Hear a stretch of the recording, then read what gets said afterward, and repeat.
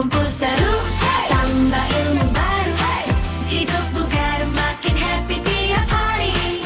Bersama Rumpi Sehat, ruang edukasi, inspirasi seputar kesehatan. Hey, hey, hey, hey. Hey. Assalamualaikum warahmatullahi wabarakatuh. Halo Sobat Sehat, selamat bertemu kembali di Rumpi Sehat, ruang untuk meningkatkan pengetahuan dan informasi seputar kesehatan. Sobat Sehat, masa remaja atau Gen Z sering dibilang masa yang paling produktif sekaligus penuh dengan tekanan. Kita dituntut untuk selalu aktif, punya gaya hidup sehat, namun di sisi lain tantangan seperti pola makan yang tidak teratur, kemudian gaya hidup yang sedentar, kurang gerak, hingga beban pikiran yang seringkali jadi hambatan. Menjaga kesehatan itu bukan hanya soal berobat saat sakit aja, tapi tentang bagaimana kita merawat diri kita sejak dini di setiap tahap kehidupan. Di episode kali ini kita akan membedah berbagai isu kesehatan yang paling sering dialami oleh anak muda zaman sekarang, mulai dari kesehatan mental hingga kesehatan fisik secara menyeluruh. Alhamdulillah telah hadir di studio Rumpi Sehat rekan-rekan hebat kita, Jebeng Tulik, Duta Kesehatan Kabupaten Banyuwangi. Selamat datang di studio, gimana kabarnya nih? Baik sekali, Mbak. Oke, baik ya. Oke, nah sebelum kita membahas nih tentang masalah fisik, kesehatan fisik, kesehatan mental juga, mari kita awali dulu nih dari pembahasan yang paling sering dari Gen Z lakukan gitu ya, tentang gaya hidup ya biasanya ya. Nah kalau menurut kalian nih, kayak gaya hidup di sekitar kalian tuh gimana sih? Kalau melihat Gen Z zaman sekarang, kalian Gen Z kan ya? Iya, Gen Z banget ini kita. Gimana tuh? Kalau menurut saya, ini berarti teman-teman seumuran saya gitu ya, Mbak ya? Sekitar kalian. Kalau di sekitar kami sih, menurut saya ada dua tipe remaja-remaja Gen Z di sekitar kita. Yang pertama itu ada yang sangat produktif, ada yang dia itu tidak produktif. Gimana tuh? Jadi yang sangat produktif itu dia melakukan banyak hal, melakukan banyak aktivitas, dia melakukan ini, itu, dan lain sebagainya. Kayak mungkin yang lagi viral nih ya sekarang Mbak, mengikuti running, lari-lari gitu. Oh iya, ya, terus banyak ada lari ya. Terus ada pilates, naik gunung mungkin. Jadi mereka Padel juga ya biasanya ya. juga. Jadi mereka sangat sibuk sampai mereka itu nggak sempet untuk kesehatannya, menjaga kesehatan mereka. Nah, ada juga yang malas. Jadi kegiatannya sehari-hari itu cuman bangun, makan, tidur lagi, ke kamar mandi, bangun, makan, gitu-gitu aja. Bahkan dari gaya hidup yang seperti itu, banyak dari mereka itu yang malamnya itu tidak tidur, begadang. Jadi mereka sibuk scroll sosmed gitu. Betul. Ya, tiap malam, nggak tahu waktu gitu. Iya, main game sampai nggak ngerti waktu. Ada dua tipe remaja, gaya hidup remaja kalau menurut saya. Seperti itu tadi. Nah, tadi kan udah ada jawaban nih, pendapat dari Jebeng Lawrence ya. Gimana nih kalau jawaban dari Tule Anggoro, gimana tuh? Kalau saya sendiri sih setuju dengan Jebeng Lawrence ya. Dan saya akan menambahkan sedikit pandangan saya sebagai mahasiswa. Banyak teman saya sendiri kayak banyak nongki-nongki ke berbagai tempat dan lupa waktu. Apalagi juga bangun suka telat, lupa makan, dan jadinya itu akan berpengaruh ke akademik kita. Dan jadinya itu akan menjadikan overthinking yang berlebihan juga mengenai hal tersebut. Oke, betul banget ya. Biasanya kan sekarang anak zaman sekarang tuh sering banget ya nongkrong-nongkrong di luar gitu kan ya. Nah, tadi juga sempat disinggung nih tentang begadang ya kalau sekarang. Nah, anak-anak muda zaman sekarang kan biasanya kalau begadang tuh seringnya scroll sosmed ya, sampai lupa waktu gitu kan. Nah, itu ada nggak sih hubungannya antara hobi scrolling, bukan hobi sebenarnya, kayak kebiasaan buruk mungkin ya, scrolling sosmed itu dengan kesehatan mental anak muda zaman sekarang gitu? Nah, tentunya ada sih, karena kesehatan mental itu di kalangan Gen Z sekarang itu bisa banyak disebabkan oleh overthinking. Terus kebanyakan juga karena lihat TikTok keseringan, jadi akan mengikuti dengan standar-standar TikTok tersebut. Gitu. Dan ada juga bullying, biasanya masih marak di berbagai SMA atau pelajar sekarang, itu termasuk ke kesehatan mental. Oke, jadi ada hubungannya ya antara begadang scroll sosmed, kemudian dia jadi lebih overthinking gitu ya dari anak zaman sekarang. Karena kalau aku lihat juga ya sering banget tuh muncul di berandaku biasanya anak muda zaman sekarang tuh kayak seringnya overthinking, apa-apa Iya, overthinking benar sekali. gitu ya. Overnya terlalu over gitu Iya. kan. Nah, oke, tadi kan udah jawaban nih. Kalau dari Jebeng Lawrence sendiri tuh gimana? Kalau menurut aku sih Mbak, tentu saja ada hubungannya antara hobi scrolling atau kebiasaan buruk scrolling tadi itu dengan kesehatan mental pada anak remaja. Karena kalau menurut saya pribadi, apa yang dikonsumsi oleh anak-anak remaja di media sosial itu secara tidak langsung itu merubah pola pikir mereka. Jadi apa yang mereka lihat, kalau mereka melihatnya hal-hal positif, kemungkinan besar akan juga berpengaruh positif untuk mereka. Tetapi tidak semua hal-hal yang di sosial media itu yang diposting itu hal-hal positif. Tentunya jika yang diposting itu berdampak negatif atau memiliki nanti Pengaruh pengaruh gitu ya? negatifnya untuk dia juga akan terpengaruh akan hal itu gitu. Apalagi kalau dia melihat sosmednya dengan durasi yang tidak sebentar, setiap hari, bahkan sampai malam-malam, sampai Kecanduan begadang. bisa mungkin ya. Kecanduan bisa menyebabkan kecanduan. Kalau menurut saya juga itu sih Mbak. Oh, nah kalau dari kalian sendiri kan sebagai anak muda nih ya, Gen Z gitu kan, pasti pernah nih kan merasakan overthinking gitu ya. Nah mungkin bisa diceritakan nih kepada teman-teman overthinking kalian tuh seperti apa, terus kalian mengatasinya juga seperti apa gitu. Dari saya dulu ya Mbak. Boleh, boleh. Iya. Kalau dari aku sendiri pasti pernah teman-teman, overthinking itu sesuatu hal yang sangat wajar. Tetapi kalau keseringan juga nggak baik kan ya Mbak? Iya, betul. Kalau dari aku sendiri nggak terlalu mengikuti standar orang lain aja sih. Iya, jadi hidup apa adanya kita aja gitu. Biasanya di TikTok sering ya kayak standar-standar Iya, gitu kan. standar-standar Oke. TikTok itu. Oke, kalau dari Tule Anggoro gimana nih? Waduh, kalau overthinking ini pasti semua anak Gen Z di Indonesia tuh pernah mengalaminya. Tentunya saya juga pernah mengalami waktu pada saat saya mencalonkan diri menjadi duta daerah Kabupaten Banyuwangi. Saya mengalami overthinking yang sedikit berlebihan karena pada saat tahap 1 itu saya melihat teman-teman di sekitar yang mendaftar itu sangat kompeten, sangat ahli dari wawasan Banyuwanginya, cara komunikasinya, dan saya juga sadar kalau saya ada kurangnya, tapi saya juga nggak harus patah di hati. Waktu di situ saya belajar terus-menerus. Jika saya yakin kalau misalkan kita belajar dan semangat, pasti akan akhirnya sangat memuaskan. Wah, keren banget ya, cara menangannya keren banget nih dari kalian berdua. Nah, kalau ngomong-ngomong tentang standar sukses nih di media sosial gitu ya, biasanya kan ada nih kalau kita lihat-lihat standar suksesnya tuh harus kayak gini loh, harus kayak gini loh gitu. Nah, kalau menurut kalian nih, tentang adanya tagline standar sukses gitu, itu sebenarnya menjadi tantangan atau menjadi motivasi sih buat kalian gitu? Atau mungkin kalian merasa tertekan dengan itu gitu, gimana tuh? Kalau saya sendiri sih melihat di media sosial sebagai motivasi, karena saya mengkonsumsi konten itu sebagai acuan pada diri saya biar lebih semangat. Contohnya sekarang banyak sekali kan orang-orang yang miliarder atau gimana. Saya bukan iri atau gimana, tapi kita harus melihat sebagai acuan biar kita semakin menjalani hidup lebih semangat dan akan kedepannya lebih sukses lagi.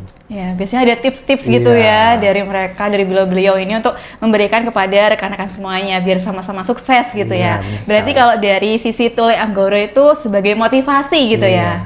Oke, kalau dari Jebeng Lawrence gimana tuh? Kalau menurut saya ya Mbak, standar sukses di media sosial itu menurut saya pribadi itu tekanan sih. Oh, tekanan. Oke, ada Iya. jawaban berbeda nih ya. Gimana tuh? Tekanan teman-teman, karena menurut saya kita memulai itu bukan dari tempat yang sama. Masing-masing orang tuh nggak memulai dari tempat yang sama, mereka di tempat yang berbeda-beda, sehingga suksesnya nanti pun belum tentu ada di garis finish yang sama. Oke. Jadi kalau kita berpatokan pada standar sukses yang ada di media sosial, nggak akan ada habisnya, karena apa yang terjadi di hidup mereka sama apa yang terjadi di hidup kita itu nggak sama sih, menurut aku gitu.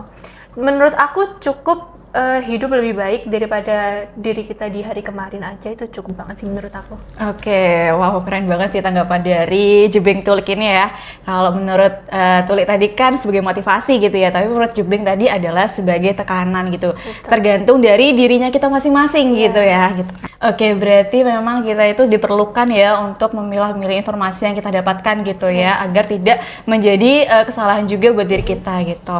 Nah, gimana sih tips dari kalian tuh agar agar menjaga mental kalian tuh tetap aman, terjaga gitu. Jadi nggak sampai nih kayak overthinking tadi berlebihan yang bisa berpengaruh ke mental kalian juga gitu. Atau standar sukses yang tadi katanya Lawrence bisa jadi tekanan, tapi ya ternyata bisa juga untuk jadi motivasi gitu. Gimana nih untuk kalian tips and triknya untuk menjaga mental kalian biar tetap aman? Kalau dari aku, tips and triknya kurangi durasi penggunaan sih mungkin teman-teman. Kurangi kalian menonton pencapaian-pencapaian orang lain itu dikurangi. Boleh juga kalau dijadikan motivasi, tapi jangan sampai itu jadi beban untuk diri kalian sendiri, itu jangan sampai. Terus nggak harus apa-apa AI. Kalian juga punya pemikiran kalian sendiri ya kan Mbak? Jadi nggak harus semua itu langsung AI, semua langsung AI gitu, enggak. Dan berhenti berlarut-larut merasa relate dengan postingan-postingan yang menurut kalian itu sesuai dengan apa yang terjadi di hidup kalian, itu dikurangi sih. Supaya nggak kecanduan itu tadi sih Mbak. Nggak menjadi beban juga Iya, ya gitu betul. kan, beban pikiran gitu. Iya. Kalau menurut Tuli Anggoro nih gimana? Kalau saya sendiri sih menjaga kesehatan mental dalam diri saya sendiri, banyak hal yang positif yang saya lakukan, contohnya seperti running, gym, dan itu membuat saya lebih rileks, dan terutama saya juga menghabiskan kegiatan saya dengan orang-orang terdekat, contohnya teman, keluarga.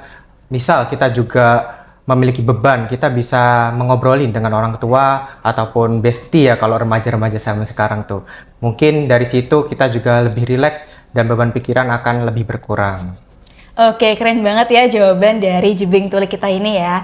Nah, dalam rangka nih peringatan Hari Pendidikan Nasional kemarin yang seperti kita ketahui ya, Provinsi Jawa Timur itu kan melaksanakan pemecahan rekor muri melalui gerakan serentak minum tablet tambah darah bagi remaja putri. Di SMP, di SMA, sederajat semuanya itu serentak untuk minum tablet tambah darah gitu kan. Nah, di mana sih kita tahu bahwa tablet tambah darah ini tuh penting bagi remaja putri terutama untuk pencegahan dari anemia. Jadi mungkin bisa dijelasin nih ya, sebenarnya apa sih anemia itu dan gimana gejalanya kalau kita mengalami anemia gitu.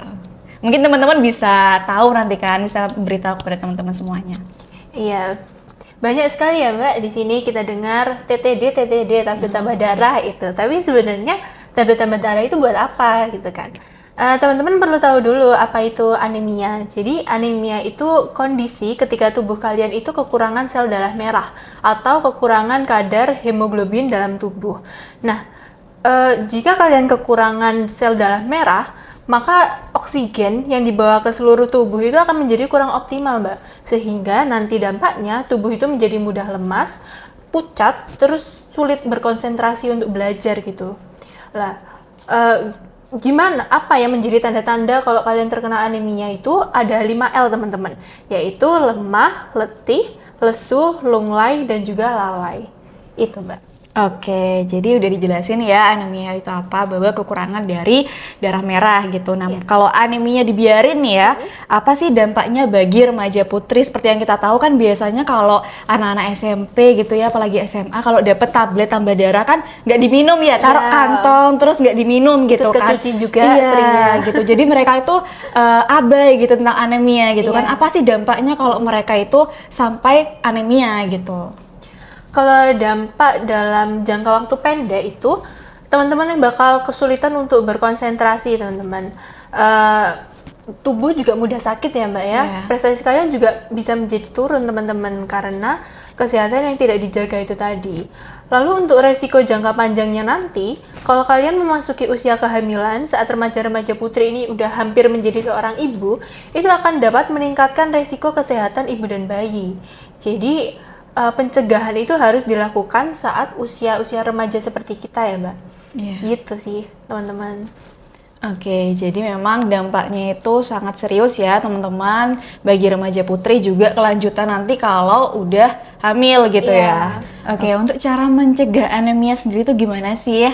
Mungkin teman-teman bisa biar tahu gitu ya cara mencegah dari anemia itu seperti apa. Tentunya cara mencegah anemia itu sangat banyak ya Kak. Yang pertama itu minum tablet tambah darah secara rutin 1 minggu sekali. Yang kedua itu mengkonsumsi makanan bergizi, kaya zat besi seperti hati ayam, daging, telur, bayam, dan kacang-kacangan. Jangan terlalu banyak minum teh dan minuman yang mengandung kafein. Yang ketiga juga rajin sarapan setiap harinya. Yang keempat juga istirahat yang cukup. Jangan terlalu sering begadang. Yang terakhir juga ada aktivitas berolahraga minimal 30 menit sehari. Wow, keren banget ya. Ini ada tips-tips nih barusan ya. Luar biasa sekali informasi yang sudah disampaikan gitu ya. Semoga teman-teman semakin memahami nih pentingnya menjaga kesehatan dan juga mencegah anemia sejak dini gitu ya. Nah, karena remaja yang sehat hari ini adalah generasi hebat di masa depan. Nah, kalau dari kalian sendiri nih, aku juga pengen tahu, mungkin dari teman-teman juga pengen tahu ya. Sebenarnya apa sih atau ada program kerja dari kalian ke depannya sebagai duta kesehatan? Tentunya program kerja kita sebagai duta kesehatan itu sangat banyak ya. Yang pertama itu penyuluhan edukasi terkait berbagai macam masalah kesehatan, bahayanya atau mencegah, dan juga untuk mengatasi penyakit tersebut. Dan langsung juga kita berkolaborasi dengan Dinas Kesehatan. Dan yang kedua itu kedepannya kita juga ada rencana ya, Beng Lawrence, untuk bisa langsung memberikan edukasi langsung kepada masyarakat kita. Oke, wow, aplaus dong buat kedua narasumber kita. Oke, Sobat Sehat, dari obrolan santai kita bareng Jebeng Tulik ini ya, kita belajar satu hal yang sangat penting, bahwa kesehatan mental dan juga kesehatan fisik itu aset yang paling berharga buat mengejar semua mimpi kita buat kedepannya. Mungkin ada closing statement nih terlebih dahulu dari Jebeng Tulik gitu ya. Bagi teman-teman remaja di luar sana, jangan sering-sering overthinking. Dan selalu fokus pada tujuan kalian masing-masing, jangan sering begadang juga, makan yang bergizi, dan tetap aktif bergerak. Wow, aplaus dong. Oke, gimana nih kalau closing statement dari Jebeng Lawrence? Kalau dari aku, untuk teman-teman, jangan lupa jaga kesehatan. Gak cuma jaga kesehatan fisik aja, tetapi juga dijaga kesehatan mentalnya kalian. Gak usah pikirin hal-hal yang gak perlu. Terus jangan lupa istirahat, jangan begadang, jangan lupa makan, dan tetap semangat. Oke, aplaus dong. Oke, sebelum kita mengakhiri podcast kita gitu ya, ada tagline nih dari Rumpi Sehat. Jadi kalau saya bilang Rumpi Sehat, jawabnya bareng-bareng ya. Ngobrol santai, ilmunya nyampai. Oke, bisa? Oke, sekarang ya. Rumpi Sehat, ngobrol santai, ilmunya nyampai. Oke, terima kasih. Assalamualaikum warahmatullahi wabarakatuh. Yuk kumpul seru